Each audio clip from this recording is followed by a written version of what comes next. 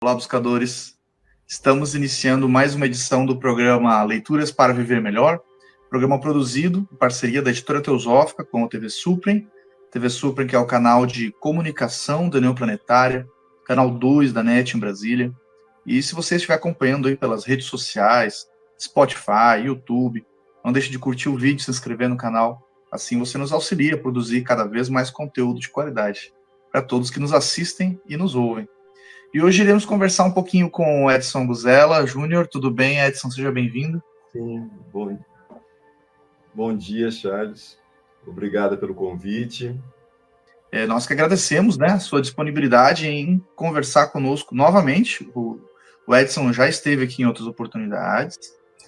Ele que é membro da Sociedade Teosófica, ele também é engenheiro de telecomunicações, mestre em engenharia e psicanalista. E também escritor, né? Ele produz aí artigos e publicou vários desses artigos recentemente na Revista Sofia. Revista Sofia, aí, que é uma publicação independente da Editora Teosófica, né?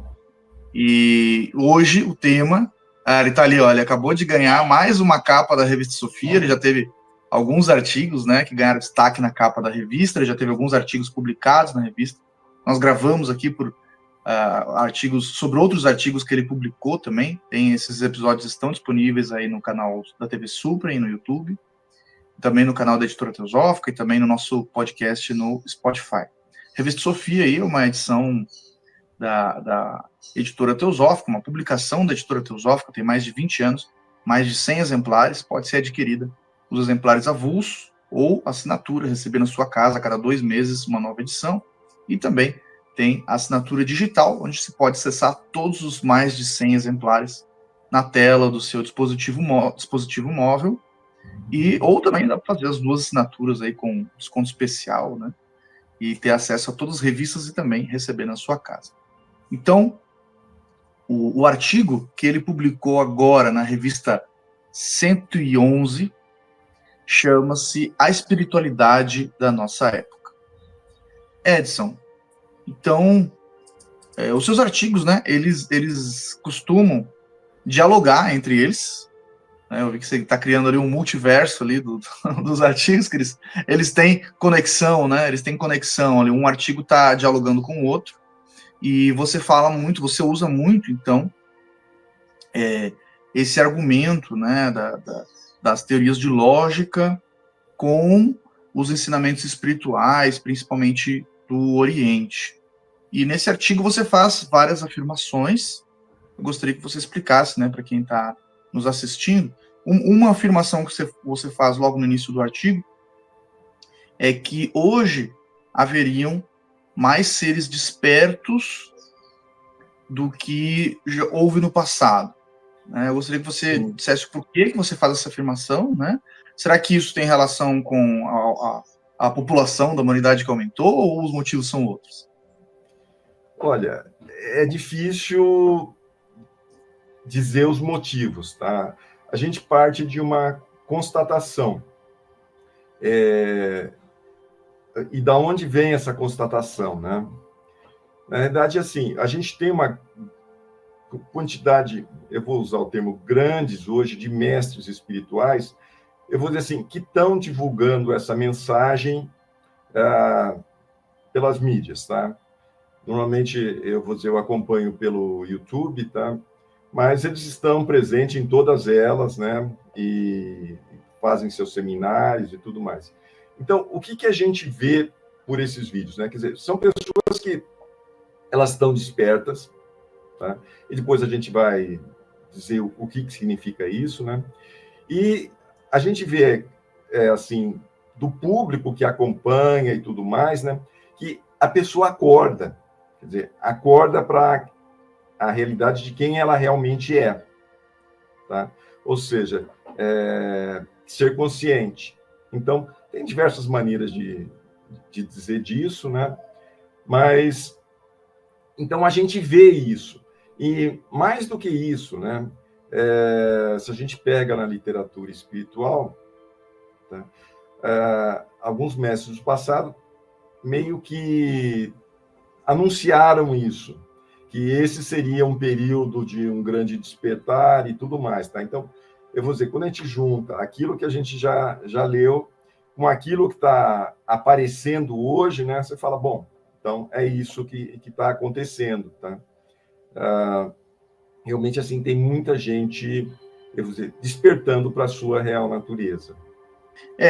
Talvez, pensando aqui, né? Também hoje nós temos o acesso aos ensinamentos, né, do Dharma, né, os ensinamentos, por exemplo, do Buda Shakyamuni, né, o príncipe Siddhartha Gautama, ele nunca esteve tão disponível, né? Então as pessoas, óbvio que há ensinamentos que você só adquire participando, né, de uma escola budista, né? Mas boa parte do ensinamento ele hoje é público, né? É acessível, né? Algo que antigamente só estava para quem participava ali, né? O próprio Tibete era fechado, né? Era muito difícil um estrangeiro conseguir entrar lá, e muito mais difícil ainda receber o ensinamento, né? Talvez tenha relação, uma hipótese, né? Que isso não é eu vou dizer assim, um ensinamento intelectual, ou seja, é fato que hoje a gente tem esses ensinamentos, né, disponíveis em vídeos, em livros, tá? Quer dizer, muitos livros que eram considerados secretos no budismo e em outras tradições, tá? Hoje eles estão disponíveis, eu vou dizer assim, para todos aqueles que se dispõem a ler, tá? Ou seja, eles estão publicados, mas não é disso que se trata, tá? Não é um conhecimento, eu vou dizer, intelectual. O despertar, eu vou dizer assim, ele é resultado de um apontamento, de uma descoberta, tá? Quer dizer, não é alguma coisa imaginada, ou que você pensa, ou que você aprende, tá? O aprendizado aí, ou essa literatura, tá? Ela entra num segundo momento porque você passa a ver o mundo de uma maneira diferente. E aí você precisa de um suporte para isso, né? Você fala, opa, algumas coisas mudaram, tá? E mudaram radicalmente, né? Você fala, bom, como é que eu entendo o mundo a partir dessa ótica? E é nesse ponto que eu vou dizer, a literatura espiritual que está disponível, tá? E mesmo, assim, eu acho que melhor do que ainda a literatura clássica espiritual, tá? São esses novos instrutores espirituais que trazem isso numa linguagem, eu vou dizer assim, moderna, mais acessível, eu vou dizer, com os símbolos da nossa época, com a linguagem da nossa época. Então, isso fica muito mais fácil da gente entender do que quando você pega livros clássicos, né, como o Vivekachudamani do Shankara, tá? Existe uma dificuldade de você extrair informação dali. Você vê que ela está lá. Uma vez que você entende do que se trata, né, você fala, é um suporte muito bom. Mas para você interpretar o que está ali, tá? Você tem que saber o que é. Ou seja, é diferente, né? Quer dizer, não é lendo que você desperta. Uma vez que você despertou, e o despertar aí ele vem, você via de regra de um apontamento direto, ou seja, de alguém que despertou e te mostra, porque, eu vou dizer assim, eu citei no artigo, né, o despertar é como você vê uma figura que está oculta numa imagem. Você olha, pô, parece uma paisagem. Aí você olha melhor, você fala, opa, tem uma imagem escondida aqui, né? A internet está cheio dessas figuras, assim, que você tem coisas ocultas nela, né? Então, assim, é uma sacada, ou seja, é uma percepção que você tem, né? Que muda tudo. E aí, a literatura, ela serve para, eu vou dizer assim, te dar pé. Porque o efeito que isso dá, eu vou dizer assim, balança bastante, tá? Ou seja, você meio que perde o chão daquilo que era o conhecido. Tudo bem, depois de algum tempo, estudando, lendo, tá? Você tem meios para lidar com essa nova realidade. Você também afirma, né? Então tem essa questão do despertar, e você também afirma que o despertar é diferente da realização, né? Então eu gostaria que você brevemente aí nos explicasse para quem está nos assistindo qual que é essa diferença, afinal. Tá. Esse eu acho que é um ponto essencial, porque eu vou dizer assim, no passado, os seres, ou seja, os instrutores especiais instrutores espirituais que vinham para a humanidade, tá? Já eram seres bastante avançados.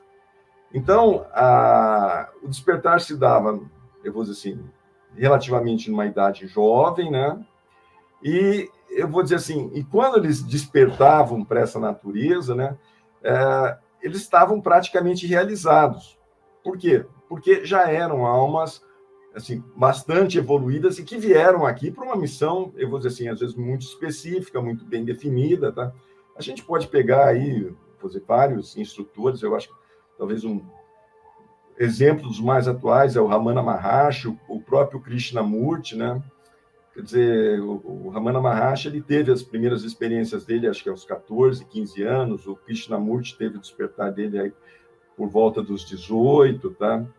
Então, são seres que, eu vou dizer assim, meio que vieram prontos, ou quase prontos, né? E simplesmente acordaram aqui, né? E hoje, eu vou dizer assim, é diferente, tá? Ou seja, tem muito mais pessoas em condição de acordar, de despertar, tá? Só que eles estão bem mais crus. Tá? Então, ou seja, né, isso marca uma nova consciência, tá? Mas o caminho todo tem que ser percorrido ainda, né? Então, você tem uma situação de transição que ela não é, eu vou dizer, ou não era tão comum assim no passado. Pelo menos assim, eu não tenho tanto conhecimento da vida dos seres espirituais ou do passado. A gente tem de alguns, tá? Mas eu vou dizer assim, isso é um fato. Ou seja, hoje, né, quando a pessoa desperta para essa real natureza, ela continua a vida dela. Quer dizer, ela não vira o instrutor do mundo. Aos poucos as coisas vão mudando, tá? Não tem... Mas a maneira de ver o mundo fica diferente. Então, ela tem dessas duas coisas. Ou seja, existe eu vou dizer assim, os velhos valores e tudo mais que voltam, que estão aí, e existe a nova maneira de ver o mundo. Então, é isso que eu quis dizer, né? Ou seja, a realização é o estágio final, tá? É a plenitude do desenvolvimento espiritual, e o despertar é o início. Tá? E, ou seja, né, não é porque a pessoa acordou que ela já chegou lá. Tem um longo caminho ainda a ser percorrido, tá? Então, eu vou dizer assim, é disso que eu falo no artigo. Esse é o programa Leituras para Viver Melhor. Hoje estamos conversando com Edson Zella Júnior sobre um artigo de sua autoria publicado na revista Sofia, número 111, A Espiritualidade da Nossa Época. Nós iremos para um rápido intervalo e voltamos daqui a pouco. Até já.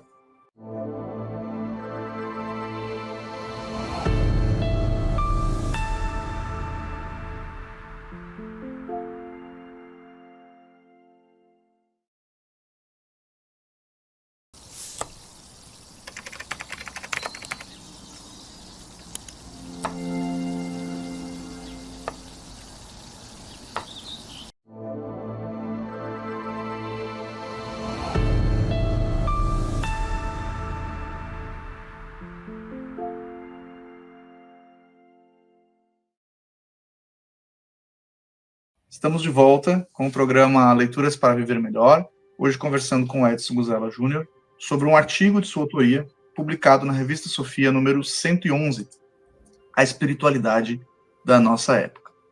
Edson, continuando, né, então, o que nós já falamos no primeiro bloco, tem uma afirmação que você faz aqui, você diz que na psicanálise diz, né, que os pensamentos vêm do inconsciente. e que na escola Yogacara de budismo diz que são gerados na consciência alaya. E aí você traz uma outra terminologia, né? Você prefere dizer que os pensamentos são gerados pela nossa inteligência. Afinal, quem pensa? Essa é uma boa pergunta, né? Assim, a consequência do despertar, né? Isso é a maneira como o Eckhart Tolle é um autor que tem vários livros publicados na internet, né? Não só na internet. Talvez o mais comum seja o Poder do Agora, tá? E ele fala que o despertar é o nascimento de uma nova consciência, tá? Uma nova maneira de ver o mundo, marcada pela desidentificação com o pensamento. Ou seja, o que isso quer dizer, tá? Eu não sou aquele que pensa. Então, bom, se eu não sou aquele que pensa, aí vem a pergunta, quem é que pensa, né? Aí, por isso que eu tentei responder, ou seja, como é que algumas escolas de pensamento respondem isso, né? Então, eu vou dizer assim, em psicanálise, né, o que a gente diz é o inconsciente que pensa. Tá? Quer dizer, se existe uma instância, né, que pensa. Eu vou dizer assim, o nome consciência alaya, de uma certa forma, é um termo para o inconsciente budista na escola Yogacara, tá? Mas são conceitos, eu vou dizer assim, bastante parecidos. Quando eu digo que eu prefiro usar a palavra inteligência, né, é muito mais no sentido de uma inteligência artificial como a gente tem hoje. Então, hoje, assim, é mais ou menos tranquilo, tá? Você conversar com o chat GPT, conversar com a Alexa, tá? Conversar com essas inteligências artificiais e elas te respondem, tá? Então, você fala, pô, existe uma inteligência que responde. E como essa inteligência, tá? Se a gente fizer uma analogia com as inteligências artificiais, elas têm que ser treinadas. Ou seja, para a gente poder conversar em português, a gente aprendeu a falar dentro de casa, foi para a escola, ou seja, né, adquiriu conhecimentos. Então, eu passei, você também passou, né, por todo um treinamento, ou seja, a gente aprende a falar, a se comunicar na língua, eu vou dizer, que a gente nasceu, eventualmente em outras também, tá? Mas a comunicação, ela é resultado de um aprendizado.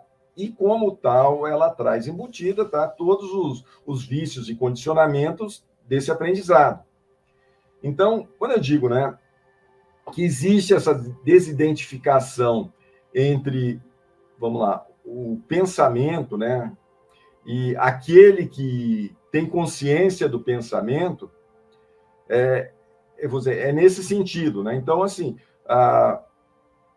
o inconsciente ou a inteligência, ela é uma máquina de produzir pensamentos e a gente expressa esses pensamentos verbalmente através de palavras, ou seja, é o que eu estou fazendo aqui conversando com você, tá? Então, só que tudo isso é observado por uma consciência. Então, você tem um sentido de identidade que ele é diferente dessa expressão verbal, oral, tá? Que a gente tem, das histórias que a gente conta para a gente e tudo mais, tá? Então, eu vou dizer assim, esse é o sentido. E, Edson, no seu artigo, você não, né? Você traz várias teorias de lógica para explicar esse processo todo. Poderia, para quem está nos assistindo, assim, contextualizar como que funciona isso, né? Como é que encaixa aí lógica com espiritualidade? A ideia é a seguinte, né? Quando a gente fala de espiritualidade, tá? Ou de lógica, né? A cultura ocidental, eu vou dizer assim, ela viveu durante muitos séculos, eu vou dizer assim, praticamente milênios, tá? Sobre a influência da lógica clássica aristotélica. E a lógica clássica aristotélica, ela fala, as coisas são ou não são, ou é ou não é. tá? Quer dizer, existe um princípio, que é o princípio do terceiro excluído, que fala ou é ou não é, não tem uma terceira opção, tá? E agora, quando a gente entra numa situação como essa que a gente está vivendo agora, assim, que existe o despertar, mas não a realização, ou seja, que existe aí um período de transição onde você acha as duas coisas ao mesmo tempo, isso dá um nó, tá? Porque tem horas que é uma coisa e horas que é outra. Então, como é que você pensa essa contradição, né? Quer dizer, é e não é uma coisa ou é outra, tá? Então, assim, existem as lógicas, que são as lógicas, eu vou dizer assim, não clássicas, né? Que tratam, eu vou dizer, dessa condição onde coexistem essas duas consciências, né? De um lado você tem a consciência do ego, do outro lado você tem, eu vou dizer assim, esse eu real, esse self real, tá? Que realmente é quem percebe, que é a consciência, ou seja, eu percebo através do corpo, eu estou encarnado, então eu tenho todos os condicionamentos e as limitações desse corpo, tá? Mas eu vou dizer assim, eu sei que eu não sou ele, quer dizer, eu me expresso através dele, tá? Então, só que isso não acontece o tempo inteiro. Tem horas que eu estou atuando no bom e velho modo, tá? Então, assim, tem uma coisa e tem outra. Então, assim, a lógica, essas lógicas não clássicas, né? Eu citei 3 no artigo. Eu citei eu vou dizer assim, a lógica paraconsistente anotada do Newton da Costa, tá? Que é um brasileiro. Eu citei também o trabalho 50-50 da Moira Shaw. Esse trabalho ele é conhecido pelo pessoal, eu vou dizer, que estuda a linha da Eva Pierrakos, que é o patchwork, tá? E o pessoal que tem formação em psicanálise lacaniana trabalha com a lógica do não todo, né? Que é uma lógica, eu vou dizer assim, apresentada por Lacan, tá? De que eu não sou todo desperto, eu não sou todo ego. Então, assim, existem as duas coisas, elas, eu vou dizer, coexistem. Então, isso permite, eu vou dizer assim, que eu passe por esse período de transição, tá? Sem negar nenhuma coisa nem outra. Você fala, não, as duas estão aí, tá? Uma hora funciona de um jeito, outra hora funciona do outro. E faz parte do processo. É assim mesmo que a coisa funciona, tá? Eu vou dizer assim, aí talvez esse tipo de leitura deixa claro o que eu falei no início, né, dessa distância entre o despertar e a realização. Ou seja, a gente continua trabalhando, a gente continua caminhando, porque o trabalho que tem que ser feito, na realidade, é um trabalho de, eu vou dizer assim, de conscientização da consciência, fica meio estranho, mas da inteligência, né, para que, como consciência, eu possa, eu vou dizer assim, me expressar com mais liberdade, menos restrições através desse corpo, tá? Então, ou seja, é uma maneira de eu ir limpando os meus condicionamentos que eu tenho como, eu vou dizer assim, que vem da identidade com o próprio corpo, né? Porque enquanto consciência, você fala, bom, eu não tenho atributos, eu simplesmente sou eu, tá? Agora, no momento que eu tomo, eu vou dizer assim, a minha identidade como sendo o corpo, tá? Aí, o que acontece? Tudo que é do corpo, eu trago para a identidade. Então, é o fato de um corpo ser separado do outro, então, pô, todos nós somos separados, eu tenho aquelas coisas que são minhas posses, então, pô, eu trago isso para mim, então, eu vou dizer assim, enquanto consciência eu não tenho nenhum atributo, mas enquanto corpo, tá, eu tenho todos eles, né? Então, eu trago esses atributos, essas qualidades que são do corpo, tá, para minha identidade. Então, eu vou dizer assim, esse o trabalho que a gente faz nesse período de transição, né? Que é justamente separar, ou seja, aquilo que é dos veículos, né? Quando a gente diz corpos, né? Eu sempre uso o corpo no sentido mais que a gente usa em teosofia, que a gente tem o corpo físico, o corpo emocional, o corpo mental, Ou seja, não é simplesmente a identidade com o corpo físico. Tudo bem, essa é uma componente grande da identidade, mas a gente também está identificado com os modos que a gente sente, com a nossa maneira de pensar, com as nossas ideologias, tá? E vai por aí afora. Então, essa consciência de que esses modos de pensar, eles são adquiridos, quer dizer, não é uma coisa que é intrínseca da consciência. Então, ou seja, foi adquirido através da cultura, tá? De uma série de influências. Tá? Então, assim, por que isso é importante? Né? Porque as pessoas brigam por causa disso. Tá? Quer dizer, a coisa mais comum que tem é você ter pessoas que pensam de um jeito brigando com pessoas que pensam de outro jeito. Quando, na realidade, tá? Eu vou dizer assim, a nossa identidade, ela está acima de tudo isso. Então, eu acho que esse é o grande ponto. Edson, infelizmente nosso tempo chegou ao fim. Parabéns pelo artigo e gratidão aí pela sua partilha. Obrigado por ter convidado, por ter dado esse espaço para poder falar um pouco mais desse artigo que foi publicado. E fica o convite aí para os ouvintes, tá? Lerem um artigo na revista que está publicado aí na Sofia 111, né? Que é essa daqui, certo? Além do meu artigo, tem vários outros também que são interessantes nessa revista. Então, fica aí o convite aí para os ouvintes aí lerem o artigo e ver o que está escrito lá. E se faz sentido para cada um de vocês também. Claro, com certeza. E aproveitando, estendendo o convite aí para que realizem a assinatura da revista, irão receber aí na sua casa a edição 111 e as edições na sequência, né? E também na assinatura digital aí é possível adquirir todos os exemplares ou adquirir os exemplares avulsos também através do site da Editora Teosófica. Esse foi mais um episódio do programa Leituras para Viver Melhor. Hoje conversamos com o Edson Muzela Júnior sobre um artigo de sua autoria publicado na revista Sofia número 111, A Espiritualidade da Nossa Época. Nós vamos ficando por aqui, seguimos juntos nesse aprendizado, somos um.